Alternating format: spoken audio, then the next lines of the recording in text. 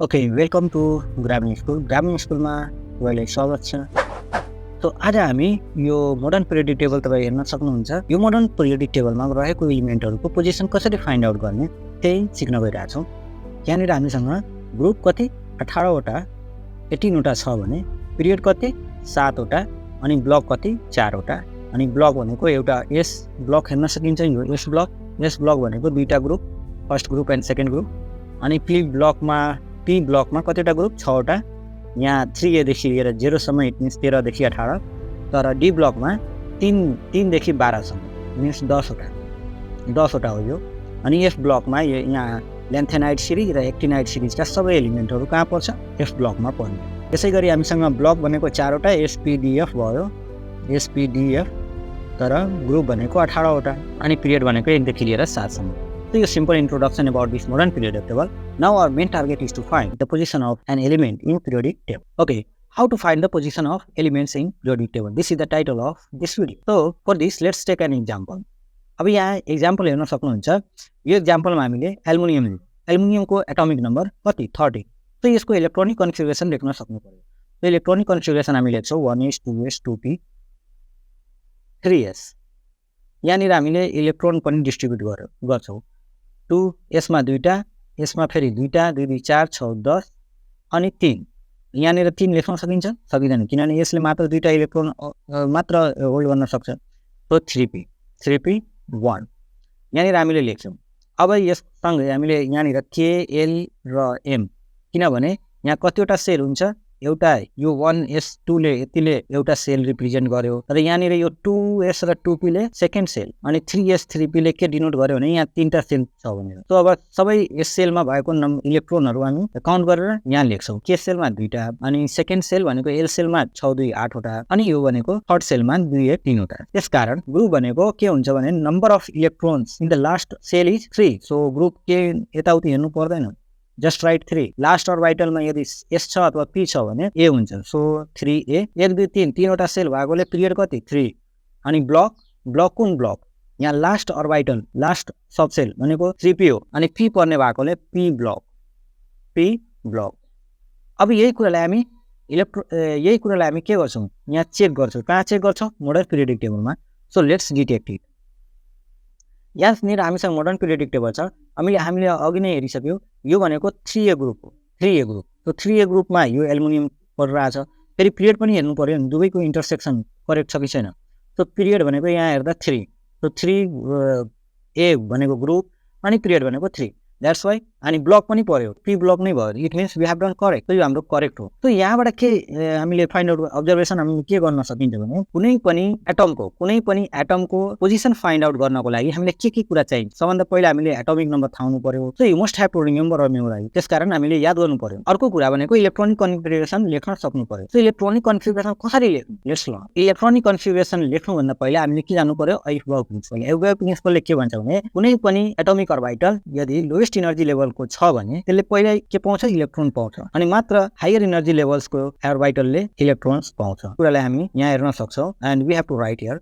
यो सबै हाम्रो अर्बिटल हो। कसरी लेख्ने भनेको 1s 2s 2p लेख्छौँ, त्यसपछि 3s 3p 3d। अनि यो हुनसक्छ किन हामीले सुरुमै 1s मात्र लेख्यौँ, यतातिर 2s 2p लेख्यौँ, तर यहाँनिर 2d लेखेनौँ, 2f लेखेनौँ, किनभने यहाँ हामी के गर्न सक्छौँ भने n = 1 हो अनि 2n² फर्मुला युज गर्छौँ। 2n²। तो 2n² मा 2 × 1 1² द्याट इज कतिवटा इलेक्ट्रोन? 2टा इलेक्ट्रोन भएको यहाँनिर 1s मात्र हुन्छ। अर्को कुरा यहीसँग एसोसिएटेड के छ भने यहाँनिर s हेर्नुहुन्छ, p हेर्नुहुन्छ, d हेर्नुहुन्छ र f हेर्नु, यो सबै सबसेलहरू हो। अनि यहाँनिर sp भयो। यो यसले म्याक्सिमम इलेक्ट्रोन कतिवटा? 2टा होल्ड गर्न सक्छ। पी ले 6वटा, डी ले 10वटा र एफ ले कतिवटा? 14 हो। यसरी यो सबले यति इलेक्ट्रोनहरू होल्ड गर्न सक्छ। अनि 1s छ भने यहाँनिर के हुन्छ? 1s2 2s ले 2टा, 2p ले 6वटा, फेरि यहाँनिर 2टा, यसले 6वटा, डी ले 10वटा, यसले 2टा, यसले 6वटा, यसले 10वटा, यसले 14वटा। यति कुरा भयो। अब सबै आफैले लेख्न सक्नु। यहाँनिर हेर्नुहोस्, यसले 2टा, यहाँनिर कति maximum electron in the first shell? That is 2 2n² that is 2 × 1n² that is 2। अनि यहाँनिर n = 2 लेख्दा कति? 8 हुन्छ। सो 6 2 8 यो पनि करेक्ट भयो। त्यसकारण यहाँनिर 1s मात्र लेख्यो, त्यसपछि 2s 2p 6 2 8। त्यसकारण यहाँ हामीले 2s 2p मात्र लेख्यौँ, तर यतातिर आउँदा 2n² युज गरौँ 18 हुन्छ। 6 2 8 2 10 18। तो यसरी गर्यो, तर यतातिर 32 हुन्छ। त्यसकारण हामीले यसरी लेख्न सकिन्छ। So we can follow this one. अब यहाँनिर sp सम्म मात्र किन लेखेँ मैले हामीले एटमिक नम्बर यहाँ मोडर्न पिरियडिक टेबलमा 1 देखि लिएर 118 वटा एलिमेन्टको लागि मात्र हामी यो इलेक्ट्रोनिक कन्फिगरेसनहरु लर्न गर्न गइरहेछौँ त्यसकारण हामी र त्यसको पोजिसन फाइन्ड आउट गर्न गइरहेछौँ त्यसकारण मैले 7p सम्म मात्र लेखेँ ओके सो अब के गर्नु पर्यो भने यहाँनिर हामीले एरो दिनुपर्छ त्यो एरो कसरी दिने मेन झन्झट भनेको त्यही हुन्छ यहाँनिर हामीले एरो दिन्छौँ यसरी एरो दियौँ यसरी एरो जान्छ यसरी गयो भयो अनि अब इलेक्ट्रोनहरु कसरी फिलअप भइरहेछ त्यो पनि हेर्नु पर्यो यहाँनिर 1s मा पहिला इलेक्ट्रोन आउँछ त्यसपछि कहाँ जान्छ फेरि यसरी गयो अनि 2s मा इलेक्ट्रोन आउँछ त्यसपछि 2p मा यसरी जान्छ पहिला 2s फिक्स भएपछि मात्र 2p मा इलेक्ट्रोन जान्छ त्यसपछि 2p पछि 3 यहाँनिर हेर्नुस् त 3p पछि के आउँछ यसरी गर्दा होरिजेन्टली जाँदा 3d हुन्छ तर एरो बारले के देखाइरहेको छ भने 4s2 मा जान्छ पहिला इलेक्ट्रोन 3p पछि 4s2 मा फिलअप हुन्छ त्यसपछि मात्र 4s2 मा फिलअप भइसकेपछि मात्र 3d मा जान्छ यहाँनिर पनि र यहाँ पनि फिलअप हुन्छ सेम तरिकाबाट यहाँ पनि फिलअप हुन्छ हो यो अलि झन्झटिलो यहाँ मेन झन्झट भनेको यही हुन्छ अनि गडबडाउने भनेको यहाँ गडबड गर्ने भनेको स्टुडेन्टले यहीँनिर अनि यही कुरालाई हामी फेरि एरेन्ज गरेर लेख्छौँ so you must have to be very clear so हामी कसरी गर्ने अब यही कुरालाई हामी लेख्छौँ यहाँनिर के हो इलेक्ट्रोनिक कन्फिगरेसन हो so we can write 1s 2s 2p 3s 3p अब यहाँनिर लेख्छौँ 4s2 3d 10 4p 6 5s2 4d 10 5p 6 6s2 4f 14 5d 10 and so on up to 7p 6 यसरी लेख्ने अब हामीले यति कुराहरू याद राख्नु पर्यो एरो कसरी दिने त्यो पनि याद राख्नु पर्यो अनि यदि यो गर्न अलि झ्याउ लागिरहेछ भने यो डाइरेक्ट यो नै डाइरेक्ट याद गर्ने यो पनि गर्न सकिरहेको छैन भने हामीसँग एउटा सिम्पल ट्रिक छ let's see that so you can see here SCD अनि S ले कतिवटा इलेक्ट्रोन दुईटा इलेक्ट्रोन होल्ड गर्न सक्छ P ले 6 वटा D ले 10 वटा अनि F ले कतिवटा 14 वटा सो यसरी यो इलेक्ट्रोनहरु होल्ड गर्यो अनि हामी के गर्छौं भने S लाई 1 र्यांक दिने P लाई 2 अनि D लाई 3 अनि F लाई कति 4 यसरी हामीले र्यांक अनि यतातिर हामी के लेख्छौं भने S बाट सुरु गर्ने सो दुई पटक हामी SS लेख्छौं so we will write here S and S यसरी लेख्छौं होरिजेन्टली लेख्छौं अब के गर्ने भने नेक्स्ट रोमा हामी के लेख्छौं PS लेख्छौं तर दुई पटक PS लेख्छौं अब तेस्रो रोमा हामी के लेख्छौं DPS लेख्छौं सो लेट्स राइट DPS अनि यसरी DPS त हामीले लेख्यौं DPS चौथो रोमा हामी के लेख्छौं FDPS अनि FDPS तर कहाँसम्म लेख्छौं हेर्नु FDPS अनि फेरि FDP सम्म मात्र लेख्छौं यस लेखेन त अब हाम्रो यो यति काम भयो अब यसपछि के गर्ने यसपछि हामी के गर्छौं भने यस कहाँबाट सुरु भएको छ 1 बाट त हामी डाइरेक्ट यहाँबाट के लेख्छौं यहाँनिर 1 लेख्छौं सो लेट्स राइट यहाँ 1 लेख्यौं यसको अगाडि 1 त्यसपछि यसलाई 2 अनि यो 3 अनि यो 4 अनि यो 5 अनि यो 6 अनि यता 7 यतिसम्म कम्प्लिट हो अब यसको सबै अगाडि हामीले लेखिसक्यौं त्यसपछि अब p को अगाडि के लेख्नु पर्यो 2 देखि सुरु गर्नु पर्यो सो यहाँ यता माथि कतै p छैन यहाँ छ त्यसकारण यहाँ 2 लेख्छौं यहाँनिर 2 3 यहाँनिर 4 यहाँनिर 5 यहाँनिर 6 र यहाँनिर 7 यति भयो त्यसपछि अब के गर्नु यहाँनिर p को लागि पनि हामीले लेखिसक्यौं d को लागि d कहाँबाट सुरु हुन्छ 3 बाट सो हामी d यहाँ माथि कतै छैन यहाँ छ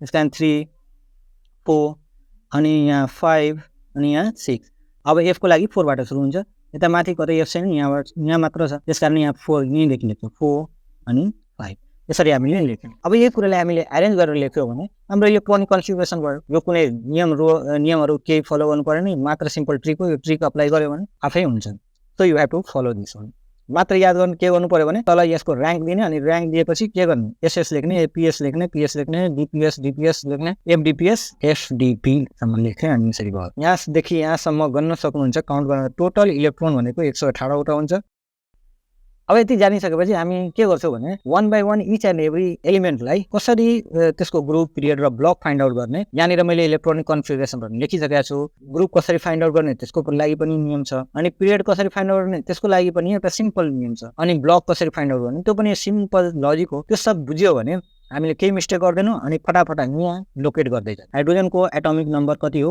1 अनि यसको इलेक्ट्रोनिक कन्फिगरेसन लेख्छौं 1s अनि एउटा इलेक्ट्रोन भएकोले 1s मात्र लेख्छौं सँगै हामीले एउटा सेलको टेबल पनि बनाउँछौं यहाँ कतिवटा सेल एउटा सेल मात्र अनि त्यो सेलमा कतिवटा इलेक्ट्रोन 1 मा एउटा इलेक्ट्रोन अनि यो सेलमा कतिवटा इलेक्ट्रोन एउटा इलेक्ट्रोन भएकोले हामी के गर्छौं ग्रुप के लेख्छौं 1 लेख्छौं अब यो ग्रुप त हामीले अघि नै discuss गरिसक्यौं either 1A 2A 3A 4A हुन्छ or 1B 2B 3B 4B and so on हुन्छ ए हो कि बी हो यहाँनिर S र P छ भने S र P छ भने हामी के लेख्छौं A लेख्छौं र D र F छ भने हामी के लेख्छौं B लेख्छौं त यहाँनिर S र P मध्ये S हो त्यसकारण हामी के लेख्छौं A group 1A number of shell यहाँ कतिवटा सेल छ एउटा मात्र सेल भनेको अर्बिट कतिवटा अर्बिट अथवा यो हेर्न सक्छौं यो IS नम्बर कति हो 1 हो त्यसकारण पिरियड कति 1 अनि ब्लक लास्ट सब सेल भनौँ अथवा अर्बिटल भनौँ भएकोले लास्ट इलेक्ट्रोन कहाँ परेर आएको छ एसमा परेर आएको छ त्यसकारण यो के हो S block so it is S block अब हेर्नुहोस् त यहाँ मोडर्न पिरियडिक टेबल हो